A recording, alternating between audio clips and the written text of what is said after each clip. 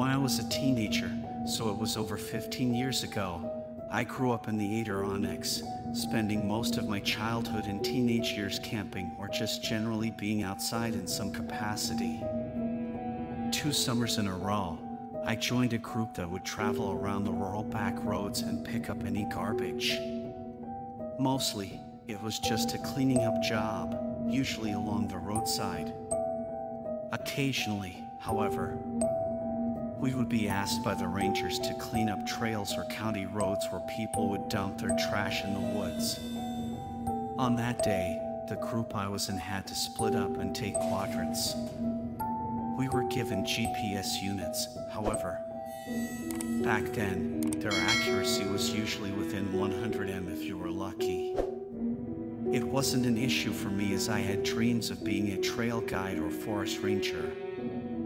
Back then, however, others were uncomfortable and chose to stay closer to the main roads, which left me having to be dropped off at the end of the Forest Service road. Walking my way back to the agreed area pickup, we each were given a roll of garbage bags and a poke stick to collect the trash. The area I was dropped off at was known for being one of the larger dump sites. People would drop off their old couch or chairs, even sometimes mattresses and other various pieces of furniture. But someone with a flatbed truck had already come through picking up the larger pieces. All that was left were the smaller items such as bottles, cans, bags, papers, and anything along those lines.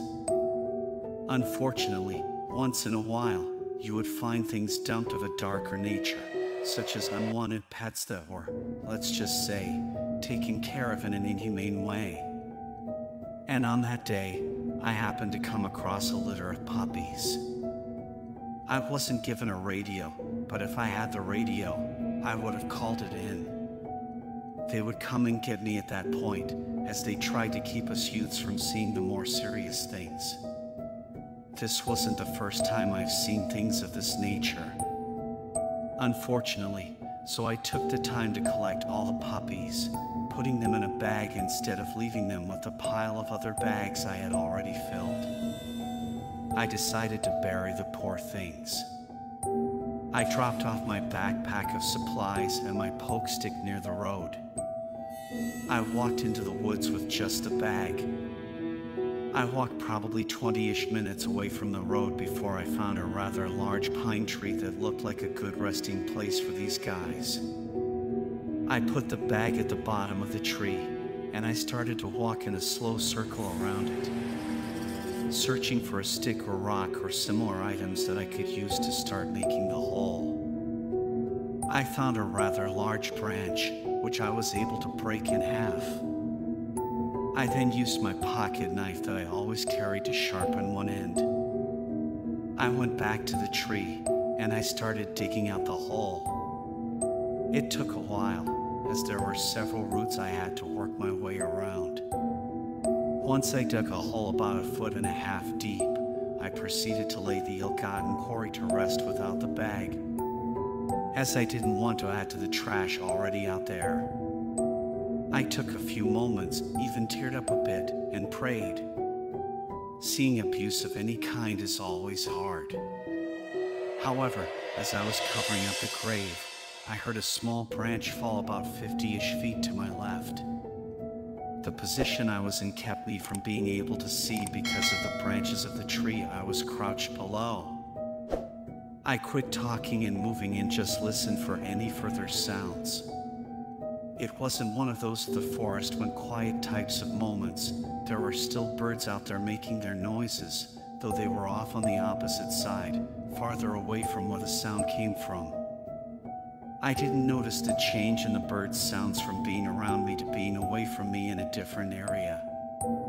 In my distracted state, after sitting there for about 3 minutes quietly looking around and trying to look through the branches to my left, I didn't see anything. So, I continued to work. After I completed covering them up and left several pine cones and a nice looking rock I'd found, I got up and started to walk away. It was at that time I heard what could only be described as a moan mixed with a growl. This was bear country, but there are some cougars in the area too, so my first concern was that a natural predator had smelled and come to investigate. I only had my pocket knife as any form of self-defense. I wasn't really scared yet, as I assumed it was two trees rubbing against one another in the wind that is rather common out here in the forest. Looking around, I found nothing once again. But just as I was about to keep walking, I saw a branch and bark come falling down from a tree about 30 yards from the big pine tree that I just left. I looked up the trees. It was only about half the size of the big pine tree. And midway up, I saw something that I didn't have a great description of. It looked like it was a brown gray-green color. It had no obvious shape to describe, and it was probably the size of a bear cub. Immediately, I jumped, cursing as I did. I turned around and took several steps backward, still keeping my eyes on whatever that was. I couldn't tell if it was something alive or not, but then it began to move. And I could tell it was something that was not part of the tree. Honestly, I can't tell you what I saw. It didn't have fur like a bear or mountain lion, but it wasn't skin either. It looked almost like living moss, but as far as I know, the Attara don't have anything like sloths, and that thing didn't look like any animal I'd ever seen. I couldn't tell if it had a head or a face until it turned and looked at me. It had a face, but it was squished, kind of. I couldn't see eyes or facial features other than it being dark. Excuse my lack of details. I was around 80 feet from the thing, and it was up a tree. It was mildly cloudy that day, and if you've ever been in the woods, you know that there's always shade from the canopy, so I couldn't get good eyesight on the thing. I could tell, however, it had 4 limbs, as they were wrapped around the tree. Paws that were almost raccoon-like, but the claws on it were about as long as the fingers. It also had a long rat-like tail that was about the length of its body. The tail would occasionally swish back and forth. I watched it climb down the tree slowly, and it watched me the whole time. That's when I noticed it had soft, rounded-like hairs on the side of its face, like a human, not like an animal. It made no sound as it came down, except for the light scraping of claws. It came to a branch about 12 feet off the ground and climbed out onto it. The thing moved like a raccoon, really, but the shape of the body and the rounded head with seemingly no neck made me sure it was no raccoon. It wasn't even a bear or any other animal I could think of, like a fisher, because it had no snout poking out. Its face was smushed, with a nose that looked like holes, but not any obvious shape, vaguely. It was kind of like a monkey. Its eyes were a lighter color as it caught the sun on occasion. Its skin or whatever covering it looked like it could blend in as growth on a tree or a rock on the ground. Suddenly, it let out a low-pitched whistle. That's when I decided I'd seen enough. I glanced backward to make sure my path was clear and turned and pretty much ran. I looked back several times to be certain, but I wasn't followed, and I never did see it again. To this day, I wonder what it was. I told the ranger in charge of us that day what I saw. He said it was probably a raccoon with mange. And when I said the face didn't look like any raccoon I'd seen, he said I must have been mistaken. Its face was similar to that of a snub-nosed monkey, but the color and overall proportions and shapes weren't there.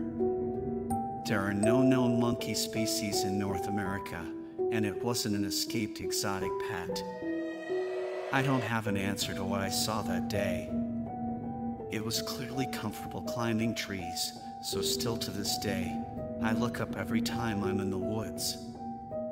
I don't know if any creature or species matches what I saw, and I've spent years researching it on and off. This may not be the scariest story, but it's definitely one of the strangest ones I have from the Catskills.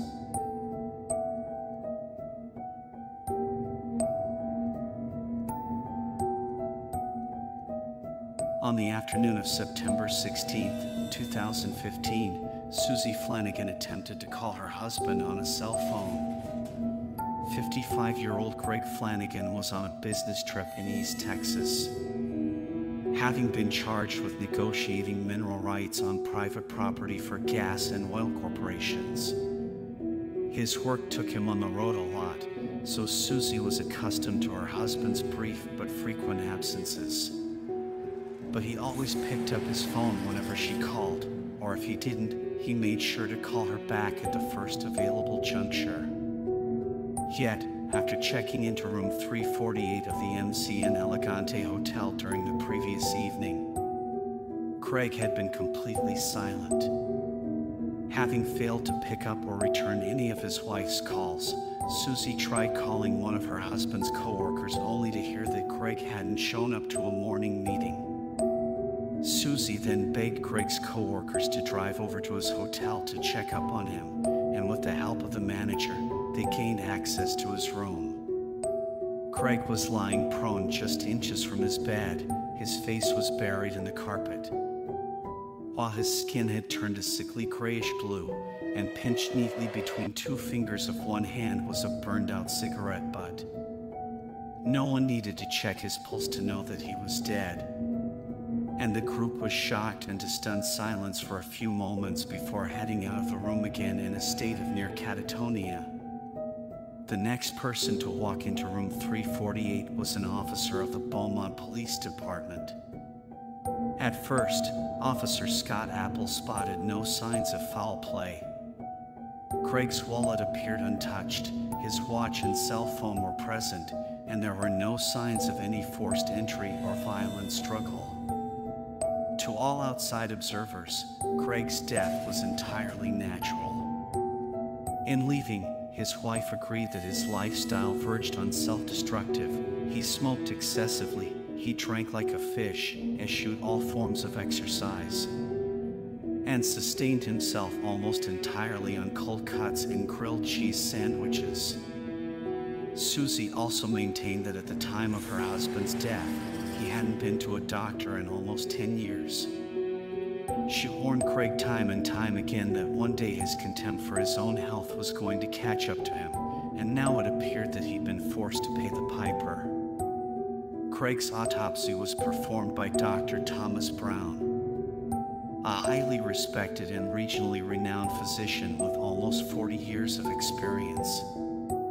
He noted an inch-long abrasion on Craig's left cheek, most likely from where his face hit the carpet following loss of consciousness, along with a tiny laceration near his groin. These wounds were consistent with someone who died a sudden but natural death. Yet inside his body, the cause of Craig's death appeared anything but natural. There was extensive damage to Craig's internal organs, including lacerations to his liver and stomach, tearing in his intestines, and catastrophic damage to his heart. Almost every single one of Craig's internal organs had been crushed, smashed, or otherwise damaged in what could only have been a sustained act of physical violence. The news came as a huge shock to Craig's friends and relatives, who were almost certain his unhealthy lifestyle was to blame for his death. The idea that someone had gained access to his room, then beaten him to death, was almost incomprehensible. Craig might not have had the sunniest of personalities, but he had no enemies. So who in the world would want to take his life in such a blunt and brutal fashion? And how had such devastating internal injuries been incurred without a trace of external damage? Now faced with a homicide investigation, Officer Apple got to work piecing together the case's many details and, in doing so, discovered a clue of huge potential value. During his last night on Earth, Craig attempted to microwave some popcorn, but only succeeded in tripping the fuse for his entire floor.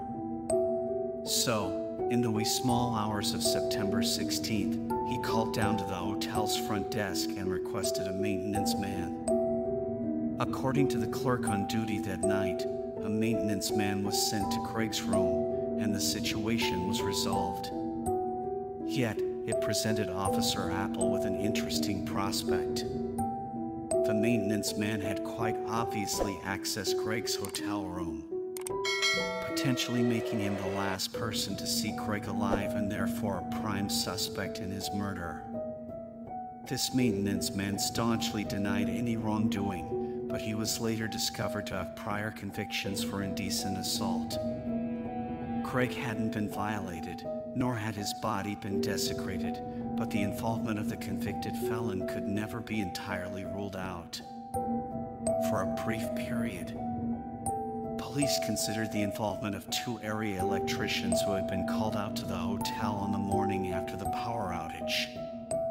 Both visited Craig's room, but neither mentioned any violent struggle or dead body. Sadly, despite the number of suspects, the investigation into Craig's murder began to stall. And as time went by, it became one of East Texas's most puzzling cold cases. As months ticked over into years, Craig's widow grew increasingly impatient with the lack of justice. Although she had taken the news of the natural death in her stride, the revelation that her husband was murdered had filled her with a grim determination. No matter how upsetting it proved, she needed to know what happened on the night of her husband's death. Convictions and justice be damned, she just wanted to know the truth. Her search for answers brought her to the doorstep of one of the most storied private detectives of our era, Mr. Ken Brennan. Due to his long career in law enforcement, a 60-year-old Brennan was no stranger to suspiciously sudden deaths. And he knew if they wished to track down Craig's killer, every little detail mattered. He grilled Susie Flanagan on the circumstances of her husband's death, prying into his personal life in the hopes of uncovering some small but significant attribute. In the end, it was two minor details that Brennan began to fixate on. The first was that at the time Craig's body was found, the air conditioning unit in his room had been switched off. September temperatures in Beaumont can reach the mid-80s. And Craig was known to crank his AC nice and high during the year's hotter months. Whoever had killed him wanted to accelerate the decomposition process, possibly as a way of desecrating his body and possibly as a way of ensuring that it would be found quickly. The second detail involved Craig Flanagan being right-handed. Susie confirmed that her husband always held his cigarette in his right hand. But when his body was found, the burned out but was pinched between fingers on his left hand. To Brennan, it seemed very possible that the cigarette had fallen out of Craig's right hand during the attack, only for his killer to place it in his left hand in the hopes that it might burn up the hotel room and remove forensic evidence. As the investigation progressed, it looked more and more like Craig Flanagan had been murdered by a professional. A contract killer who'd been given the task of making his death look either natural or accidental. The only other suspects were the two electricians who, rather than visiting the hotel to make repairs, had actually been guests in a room right next to the victims. Hotel staff confirmed that the off-duty electricians had been heavily intoxicated on the night of Craig's murder, and Brennan suspected that an argument between the two parties may have been the catalyst for Craig's murder. Brennan reached out to some of the hotel's other guests, but rather than implicate themselves, one of them offered up a very compelling piece of information. One of the guests mentioned hearing a gunshot in the early hours of September 16th. He admitted to being half asleep at the time, but claimed that he was 100% certain that a gun had been fired in the hotel. This report stood in stark contrast to all those who claimed there had been no disturbances on the night of Craig's murder. And when Ken Brennan initially chose to investigate such assertions, it was merely to prove that the guest was either lying or mistaken. But he was not lying. And when Brennan drove back to room 348 of the Elegante Hotel, he found what he was looking for. After noticing a small divot in the wall behind the hotel room's door, Brennan initially dismissed it as damage resulting from the door handle hitting the interior wall. But after opening the door fully, Brennan discovered that the handle unpacked the wall to the far right of where the divot was located. The small hole hadn't been caused by the door's handle, and upon further investigation, it appeared to have been filled in and patched with something that smelled like dried mint toothpaste. And it wasn't just a small piece of cosmetic damage, it was a bullet hole. After shining a laser pen through the hole, Brennan quickly determined that the bullet's trajectory lined up almost perfectly with where Craig was thought to have been sitting at the time of his death. But if he had indeed been killed by a single bullet which tore through the wall of his hotel before entering his body, how had the county coroner failed to notice such a significant detail? To confirm his theory, Brennan had to petition for Craig's body to be exhumed and re-examined. But to his frustration, he learned that Craig had been cremated shortly after his funeral service. Instead, Brennan reached out to Dr. Thomas Brown and urged him to take another look at the photographs taken from Craig's autopsy. Dr. Brown agreed that, at least in theory, a bullet could have caused the same amount of damage to his internal organs. But it wasn't until he remembered the small wound near Craig's groin that he realized just how much he'd missed the mark. Since the skin near a person's groin is soft and easily bent, the wound didn't stand out as an obvious entry wound. But in light of the mysterious damage to Craig's internal organs, little else could explain such a mysterious wound. Brennan believed that the trajectory of the bullet meant that it could have only been fired from room 349, the same room the two electricians had been staying in. Lance Mueller and Tim Steinmetz had never been completely ruled out as suspects. But in light of the story they'd already given, it was doubtful that they were the guilty party. However, in light of the new evidence regarding the bullet hole, the two men were re-interviewed by Brennan. And it was then that a shocking admission was made. On the night of Craig's death, Lance Mueller admitted to having been playing with a 9mm pistol whilst intoxicated. The gun accidentally went off, but since the shot was greeted with nothing but silence, the two men figured no one had heard the shot, let alone been wounded or killed by it. That night might well have remained silent.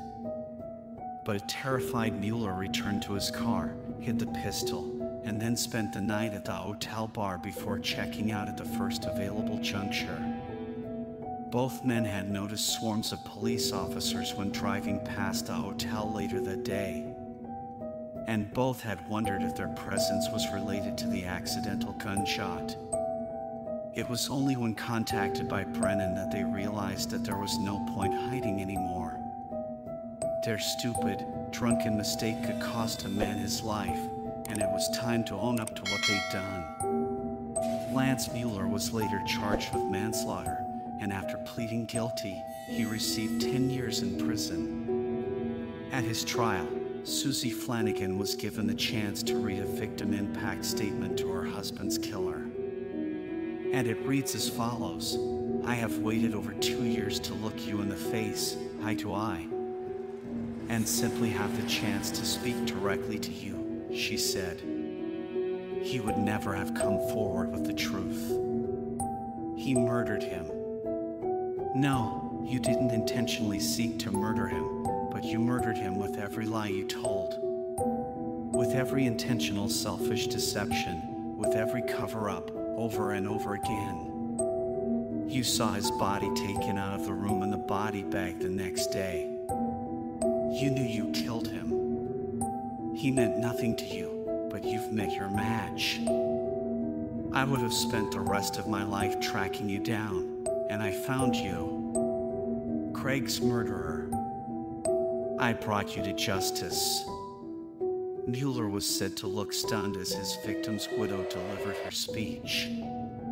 Susie Flanagan was said to have only barely contained her rage, but as Susie herself later said, it wasn't anger that had her eyes bulging and her hands trembling. It was the adrenaline of knowing justice had been served when for so long it seemed as though her husband's murder would go unsolved. Detective Ken Brennan might have been the facilitator of that justice, but it was Susie who pushed forward in the first place.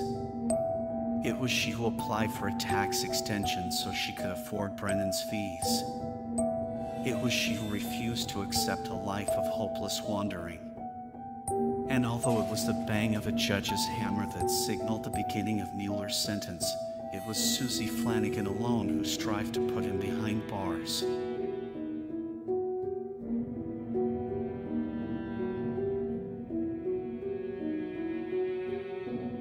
I was 17 years old when this happened.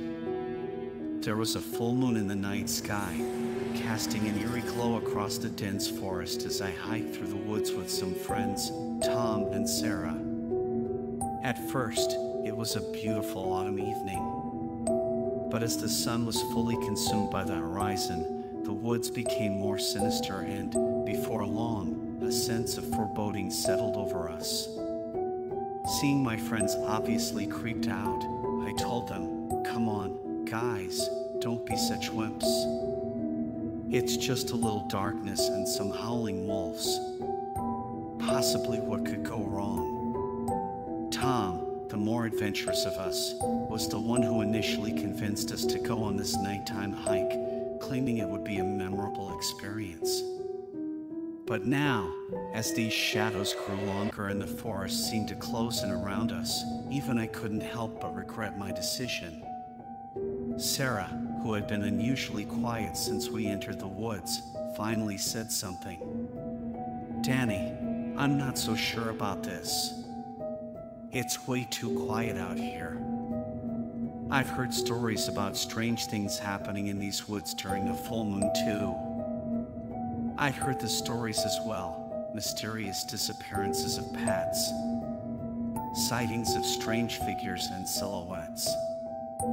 I always thought they were superstitions. However, as we continued deeper into the woods, a chill crept up my spine.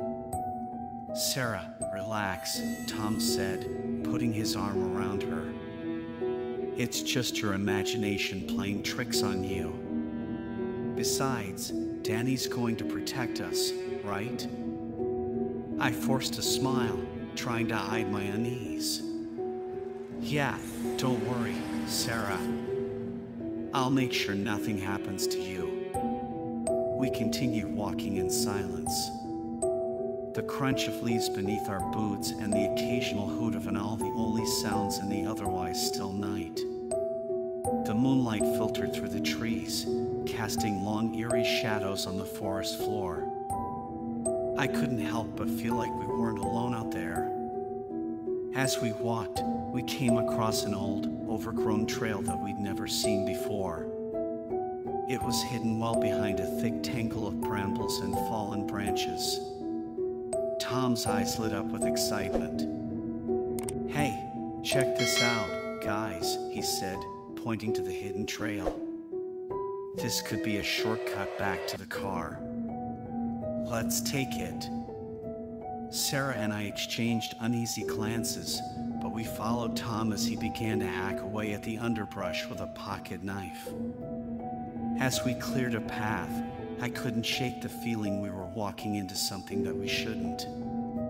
The farther we went down the trail, the denser the forest became. It was like the trees were closing in around us, and I could no longer see the moon or the stars through the thick canopy. The air grew cooler, and a strange musty scent filled our nostrils. "Tom, are you sure about this?" Sarah asked, her voice trembling. Tom hesitated for a moment, looking back at us. We've come this far. We might as well see where it leads. It's got to lead somewhere eventually, right? Reluctantly, we continued down the trail, our footsteps muffled by the thick carpet of leaves. The darkness seemed all-consuming, and I felt a growing sense of unease, like a weight pressing down on my chest. As we walked, I noticed strange marks on the tree's deep, claw-like gouges that looked fresh. I pointed them out to Tom and Sarah. "Probably just bears or something," Tom said, though he didn't sound convinced himself. "Are there bears around here?" Sarah asked, her voice barely above a whisper.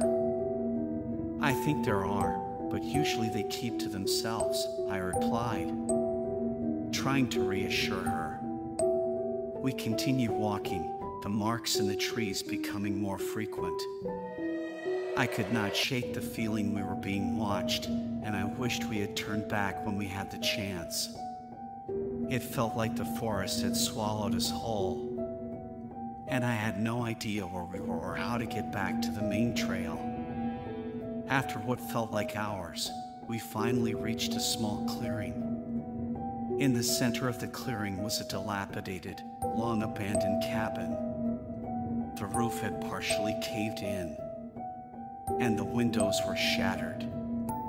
It looked like something out of a thriller or horror film. Why on earth would anyone build a cabin way out here? Sarah asked, her voice trembling. I didn't have an answer for her. The whole situation had taken on a surreal, nightmarish quality, and I was beginning to fear that we had made a terrible mistake by venturing off the main trail. Tom, always the adventurer, couldn't resist exploring the cabin. "Come on, guys, let's check it out. Who knows, maybe we'll find something cool inside."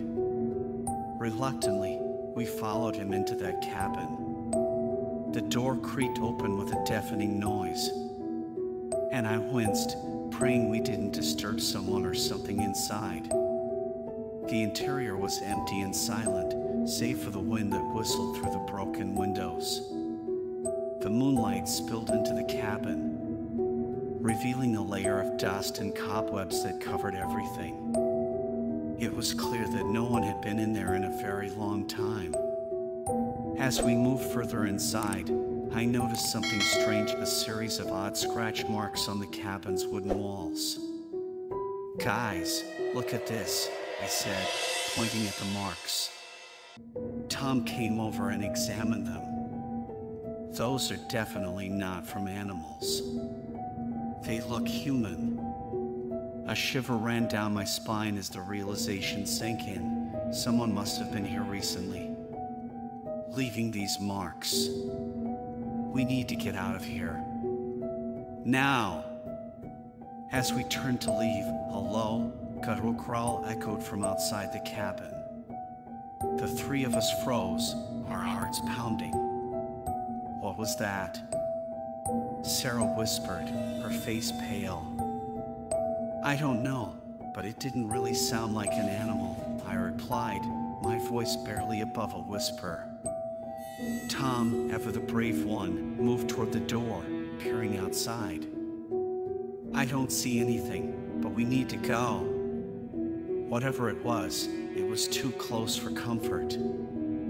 We made our way back outside, and as we retreated from that cabin, the growling sound grew louder, more menacing. I couldn't shake the feeling we were being hunted. The moon, now high in the sky, bathed the forest in an eerie silvery light. My friends looked scared, just like I felt. As we hurried back down the trail, the growling seemed to be getting closer. My heart raced. Every rustle in the underbrush sent a jolt of fear through my body. I don't think I'd ever been so scared before. Without warning, a dark shape burst out of the underbrush, lunging at us. It was this massive creature. It's formatted, and its eyes glowed in otherworldly malevolence. As I really took in what I was looking at, all I could really think was werewolf. My mind instantly compared it to similar forms and shapes I'd seen before. And this creature happened to resemble the werewolves I've seen in some movies. "Tom, run!" Waking me from my stupor, we sprinted down the trail as fast as our legs could carry us. That furry thing was uncannily fast. Its heavy footsteps and ragged breathing echoed in our ears. My heart felt like it was going to burst from my chest. As we ran, the forest was a blur of trees and moonlight. Even so, I could hear the creature gaining on us, its growling growing louder and more frenzied. I didn't know how much longer we could keep it up, let alone stay ahead of it. I turned back one time to look at it. It looked like someone put a wolf's face on a human's body. Indeed, what I'd seen from scary movies, a werewolf. No matter how many times I tried to deny it, that's what it looked like. As we neared the end of the trail, I risked another glance over my shoulder. The beast was almost on us. Its yellow eyes locked on mine. A bizarre feeling came over me, the idea that I was first to be targeted. If it did catch up to us, would I be torn apart first? The creature's snout snarled, revealing far too much drool. I pushed myself beyond my limits, running faster, adrenaline coursing through my veins. We burst out of the trail and back onto the main path, and without looking back this time, I could hear the creature's enraged howling. Because for some reason, it had stopped pursuing us, and yet it sounded so angry. I think it knew it couldn't follow us beyond the boundary of that hidden trail, but for what reason, I can't be sure. We ran all the way back to the car. Suddenly, our breathless crying turned into laughter. I think we were just relieved we had narrowly escaped some monster that shouldn't even be real. As we drove away from those woods, I couldn't help but think about the legends and stories I dismissed as superstition. The memory of those glowing yellow eyes would haunt my dreams for years. We never spoke of that night to anyone, fearing that no one would believe the story. But the three of us knew it was a secret we would carry with us to the grave. But at last, I've had the urge to share it somewhere. At least this way, it's synonymous. I've often wondered about that supposed werewolf. Why did it attack us? Why couldn't it leave the trail? Was it by itself? Maybe it was cursed to roam the woods under the full moon. I hate the idea that it may have been part of a larger pack. I may never know the answers to these questions, but I do know one thing for certain. I'll be avoiding those woods for good, especially on full moon nights.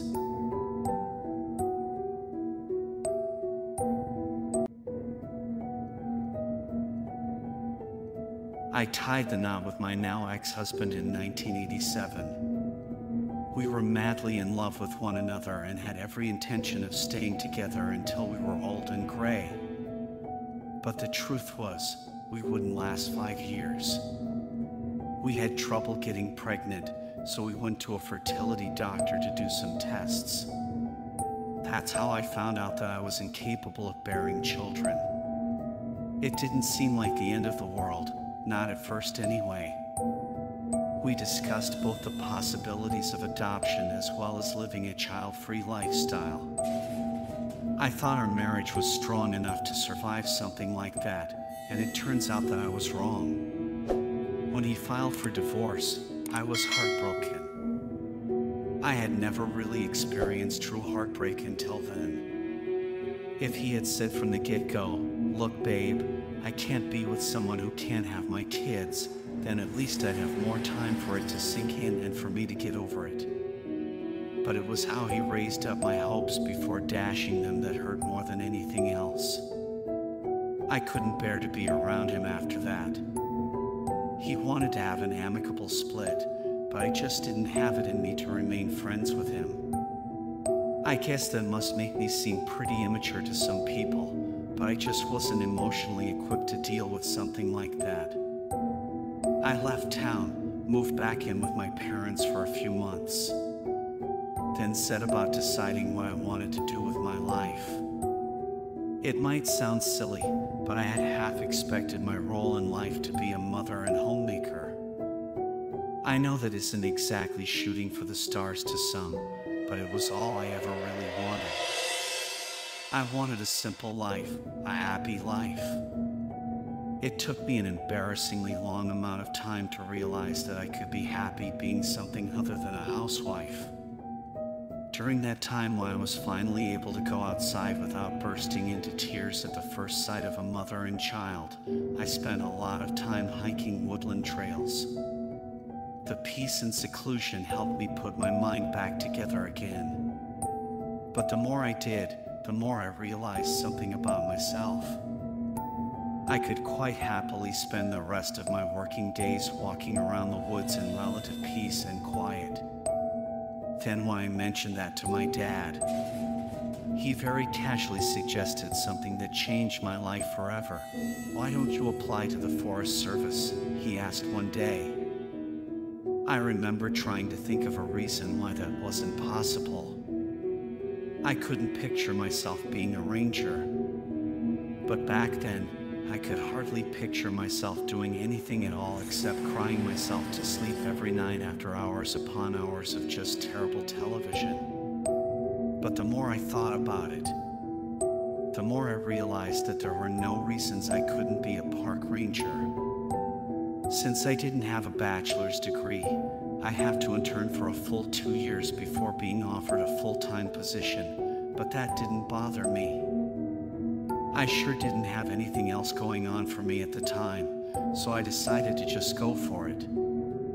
Having grown up in Garrett County, Maryland, I sometimes pictured myself walking the Appalachian Trail during the warm summer months, wearing one of those Smokey Bear hats.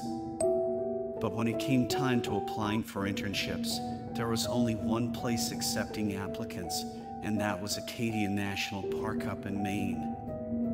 I'd never pictured myself living that far north, and I wondered how I was going to survive the winters up there. But it also offered a new start and a new place far from the painful memories I wanted so much to leave behind. So, in the late summer of 1992, I packed up my things and moved up to the small hamlet of Seal Harbor. I moved into a small rental house on a street called, and this is not a joke, Hill Way. I never did figure out if it was some sort of nod to Dr. Seuss or not. None of my neighbors had a definitive answer, but it was a nice, quiet place to live, and it made getting to and from the park every day much easier. I interned for 2 years, completed all the necessary training, then by the fall of 1994, I was a fully fledged member of the Acadia Ranger team, badge and all. There was a presentation ceremony which my mom and dad traveled up for especially, and I experienced feelings of pride and self-belief that at one point I'd never have thought possible. I considered it a huge achievement, and there's no denying how happy it made me.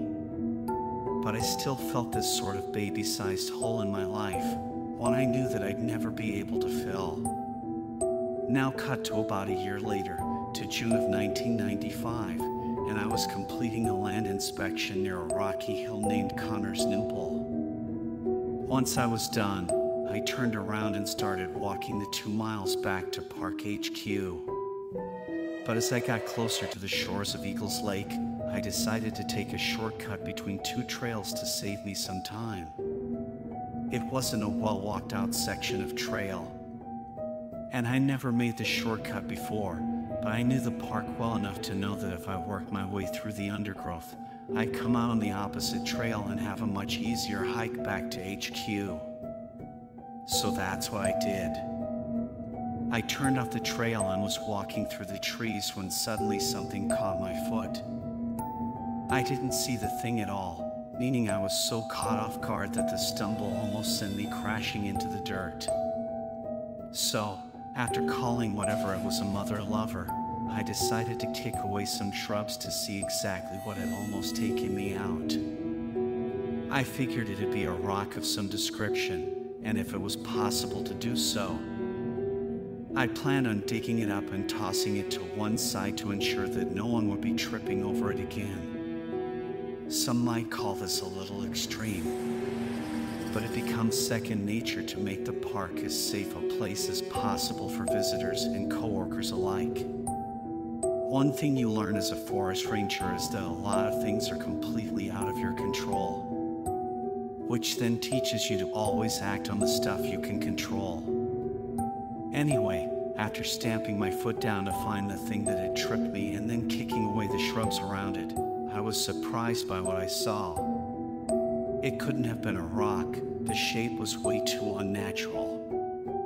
And after wiping away some of the soil around it, I caught a glimpse of something that looked a lot like a seam.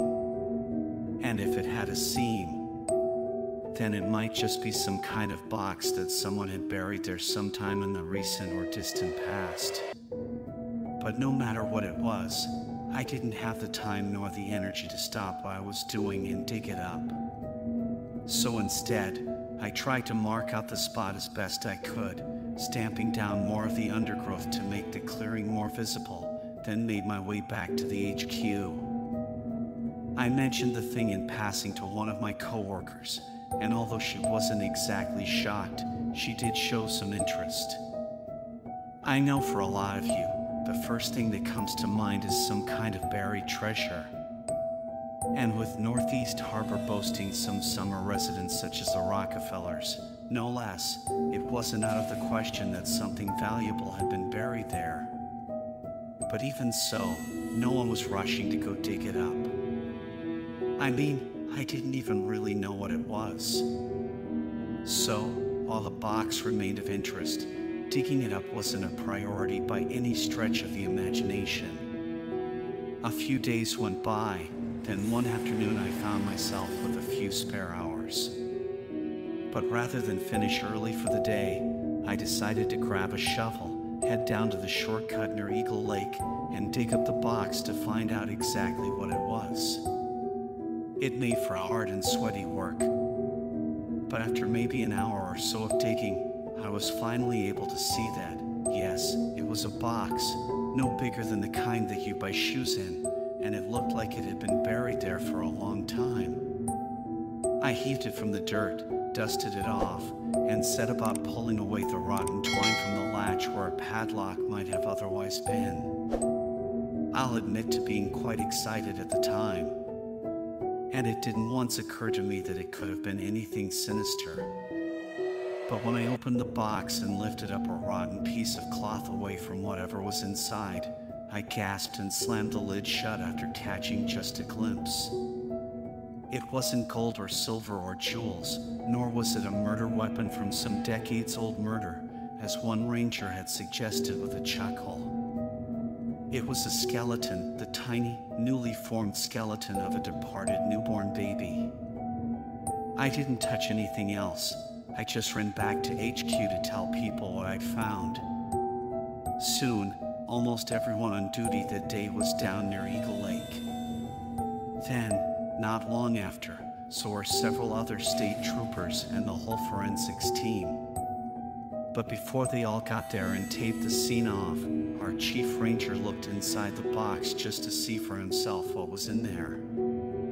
Like I said, I only got a glimpse, but I saw enough to know what I was looking at.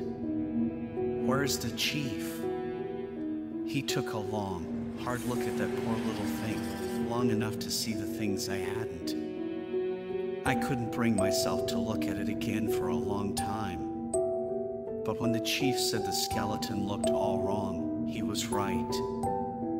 I had never seen a baby skeleton before, so it wasn't like I was an expert, but all who said it agreed that the skull seemed way too large and that the arms seemed way too long. As one of us put it, The poor little thing barely looked human, but it was because the genetic testing came back positive as being entirely human in origin. In the end, we pieced together a very sad chain of events. Sometime between 1920 and 1930, some unsuspecting mother gave birth to a heartbreaking disabled child.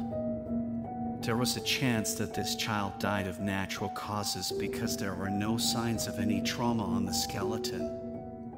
But that didn't rule out the possibility that someone had taken it upon themselves to personally end the child's suffering. Then, after the child was gone, someone placed it in what would have been, at the time, an expensive, felt-lined box, then buried it deep in the woods where no one might ever find it. Why they might opt to do that in lieu of just giving the child a proper funeral, I have no idea. But the reason couldn't have been a good one. Cut to almost 80 years later, and some slowly growing tree root has pushed it further and further to the surface over time until just a nub is sticking above ground, a little nub that I just so happened to stumble over. Seeing as the child's body was found on federal property, we were able to enlist the help of the FBI's DNA analysis unit down in Quantico, as I think I already mentioned. And we were hoping that we might get a match on a distant relative that had a file. But nothing came back positive. This little kid had no name, no date of birth, and its only possession was the small improvised coffin we found it in. We also heard from the FBI that the child's large skull, which they called macrocephaly, was probably the result of a genetic disorder, such as Weaver's or Soto's syndrome. From what I can understand, conditions like those are relatively easy to treat today, but back then, some poor kids born in bad circumstances wouldn't have nearly the same chances. It all makes for a heartbreaking story. Even our most probable theories were nothing but speculation. But no matter which way you can cut it, whatever happened to that child had been simply awful. And that's not why the whole thing has haunted me for all these years. Not the story on its own, anyway. Instead, it's been this. Sometimes, in my darkest of moments, I feel like that poor baby was my own.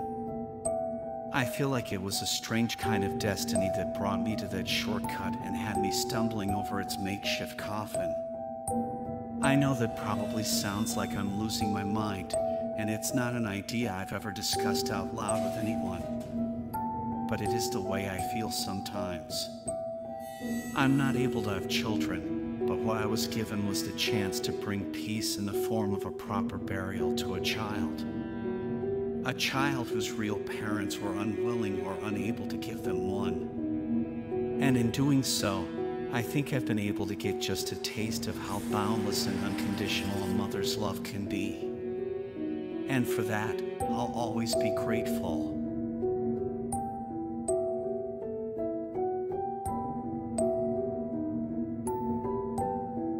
At the time, I was dating this guy named Brian.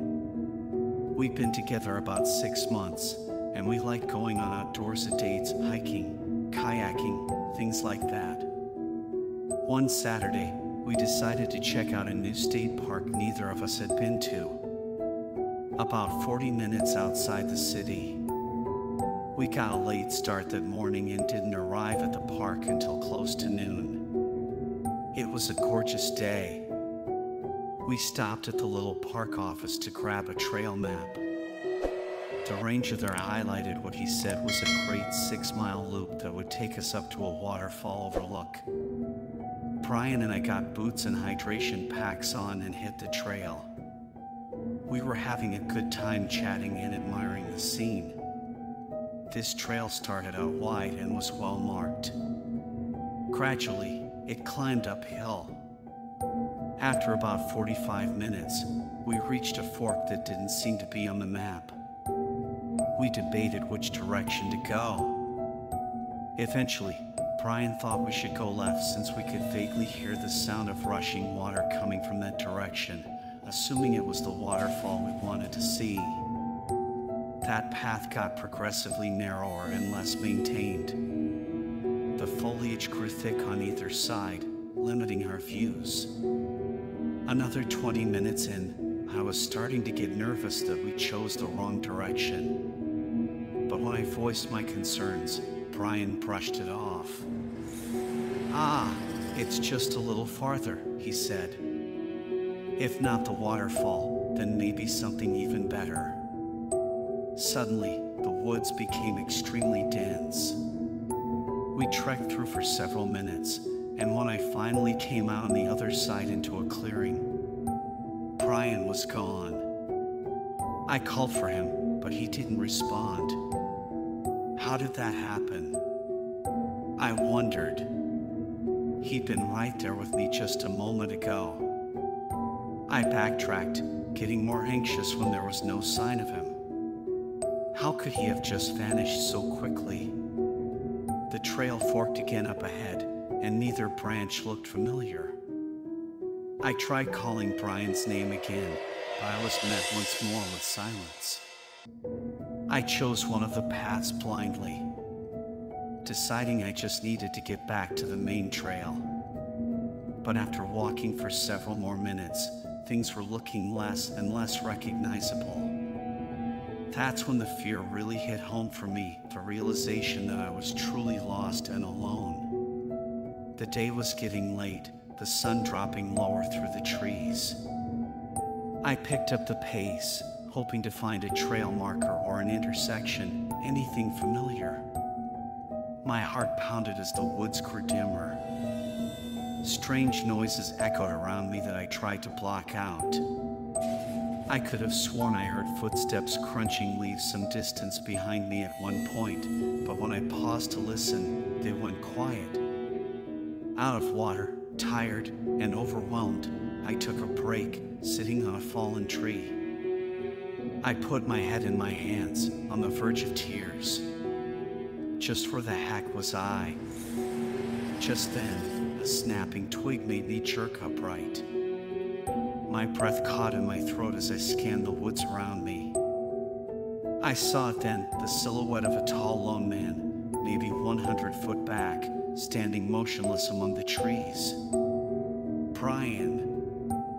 I called out, but immediately knew that was a mistake because as I looked at him even a moment longer, I knew that couldn't be him.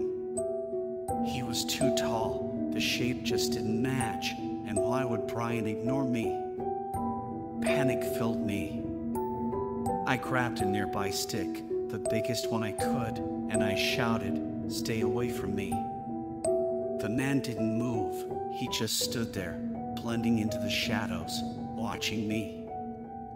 I had no idea who he was or what he wanted, but I was not going to wait around to find out.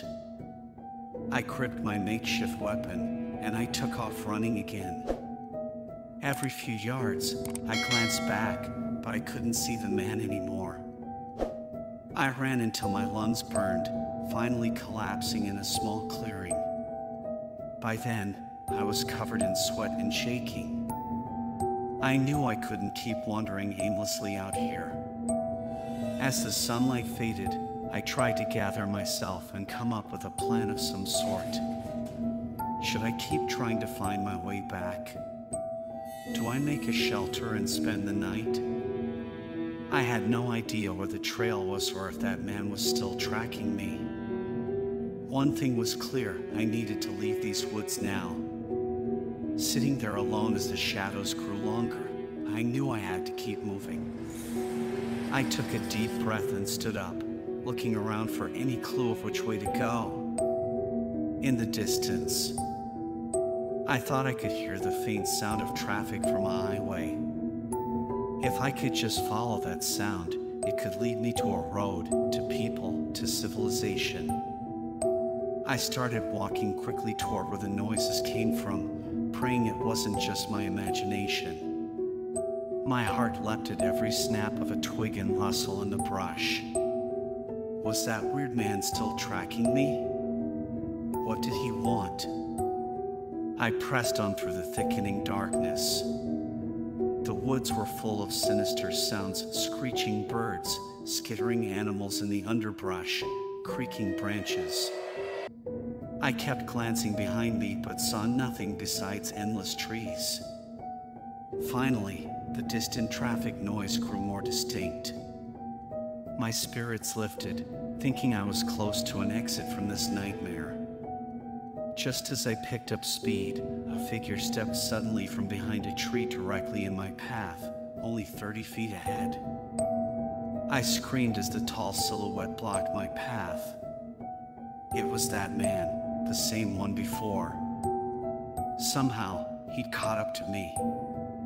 As he took a step closer toward me, I could now see his features in the fading light. They made my blood run cold.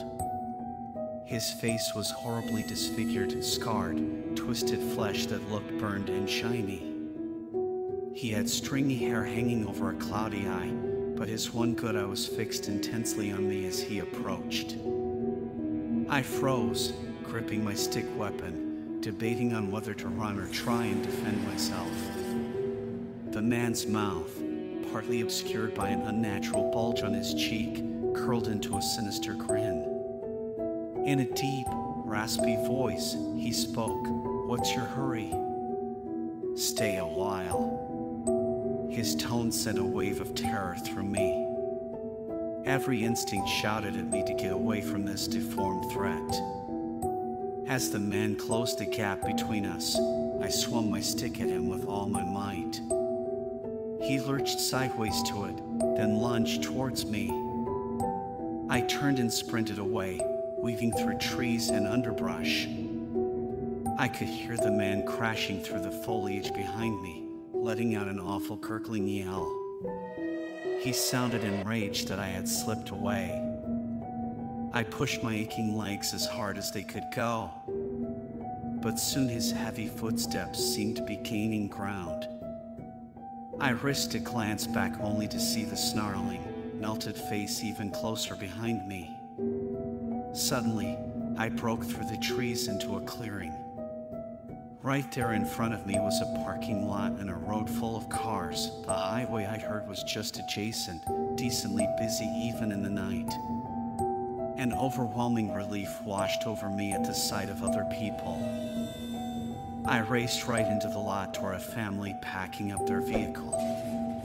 They looked startled as I ran up to them in a panic, gasping for air, trying to explain the dangerous man chasing me. The father and teenage son scanned the tree line, then quickly got me into their SUV, locking the doors. The son called 911 while the parents tried to calm me down and give me some water. I could hardly speak. My hands were shaking uncontrollably. As my panic only slowly receded, we watched the woods for any sign of that man, waiting for the police to arrive. Soon, flashing lights cut through the dark parking lot as a patrol car pulled up. An officer came to the SUV, and I recounted what happened through panicked sobs. She went to search the woods while her partner got my statement. But there was no trace of the terrifying man. The police drove me to the nearby station where they pieced together I'd stumbled out of Ridgeview State Park and I'd wandered over 7 miles from the main trailhead. A call went out to rangers there who eventually contacted Brian. Once he made it back to the parking area, he was a mess. He'd been just as lost and freaked out, wandering solo after we got separated. Reuniting with Brian at the station, he frantically apologized to me for insisting on continuing down the wrong path. When I told him about the disfigured man I saw, he comforted me, telling me that everything was all right now. That chilling image, though, that face, it still haunts my nightmares. I'll never know if that man was some deranged predator lurking in the woods or just some realistic figment of my terrified mind. Either way, the ordeal left me with a lingering fear of trails and trees that closes in on me if I'm not right by someone's side. Wherever the place took me when I was lost, it's a nightmare I can never quite wake up from. Always feeling that malicious presence just behind me in the shadows.